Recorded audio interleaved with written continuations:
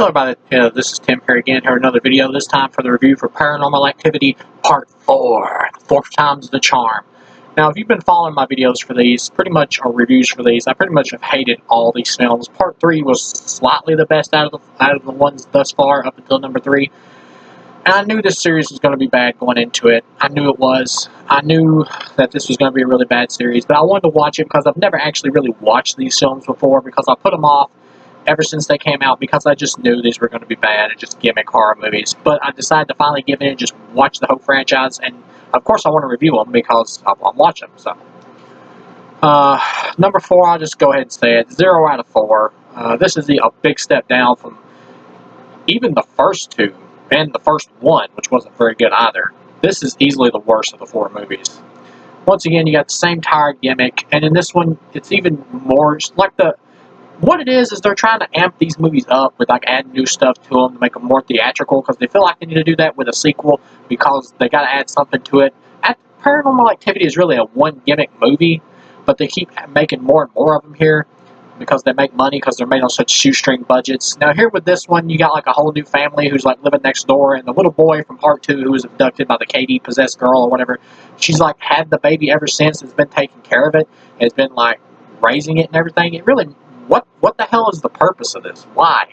What is the demon wanting to like raise a kid? It's like possessed her, and it's like hanging out with the child and everything, because he talks about like talking to it and everything. You see him talking to it in the movie, and then something happens to where she has to go to the hospital, and so he gets brought next door for some reason. For some reason, the family next door just randomly decides they want to take care of this kid. Like, you would think what's the like logic? There's no logic here. This is the most painful thing about this one.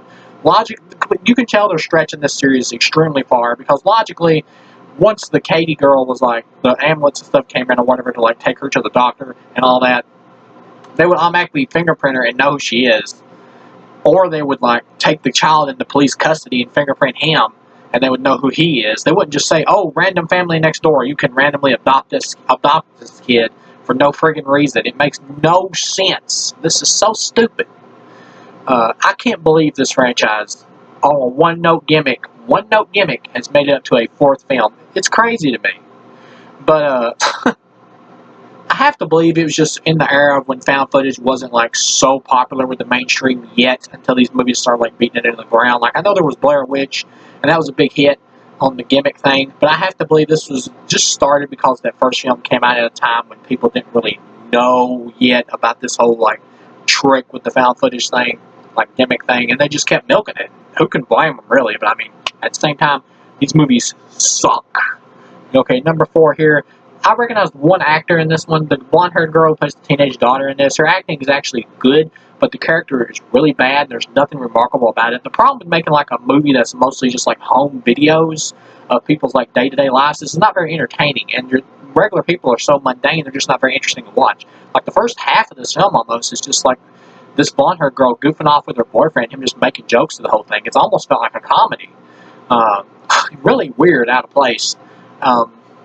And then you get to the end, and it's like the demon thing just randomly decides to kill this next door family. I guess just because the little boy is like next door, because he got to stay with them, so he just wants to kill them too, and like take the little boy from their family. For some reason, he has an obsession with little boys. Is this like a pedophile demon or something? I don't know. It never really explains it at all. It just kind of makes hints to it in other movies, but when you get this one where you think they're going to really add more to the mythology, they really don't. They've pushed implausibility like through the friggin' roof with this one, to the point of just being like a joke. And that is a problem, because these movies are trying to still get you at this point to take this as like a real life thing, but they've pushed it so far by the time you get here that it's just you're laughing at the movie. At least I am. Because it's so ridiculous. And when you get to the end, it's like the girl is like next door, the blonde-haired girl is, who I should mention actually became had a career beyond this movie. She was in Detective Pikachu. She was the blonde-haired girl in there, and she was on Supernatural. She was recently in the newest movie, or she was in that newer horror movie, Freaky or whatever, with Vince Vaughn. She can act. Her acting was actually good here from a movie standpoint, but her character is not good. She's just a typical teen. Pretty much her whole family gets killed like usual in these movies. The girl goes next door, and she's like rescuing her little brother, trying to save him and run away with him. And then all at once she looks up, and for some reason she took the camera with her. It really makes no sense. It's just a way to keep it, you know, in the found footage type format, which at this point I'm just accepting it. It's whatever. But she's like trying to take her little brother out of there, and then she looks over, and all at once there's like this big army of people who all look demonically possessed, and they're like looking at her. Then she turns around, and there's the Katie girl with another CGI demon face who lunges at her. Bam, movie over. So yeah, this is easily a 0. These movies are stretching out an idea that would be work really well as like a one-off episode of like a horror series, but as a movie, this is really bad, especially at a number 4. So thank you guys for watching, and I'll see you again.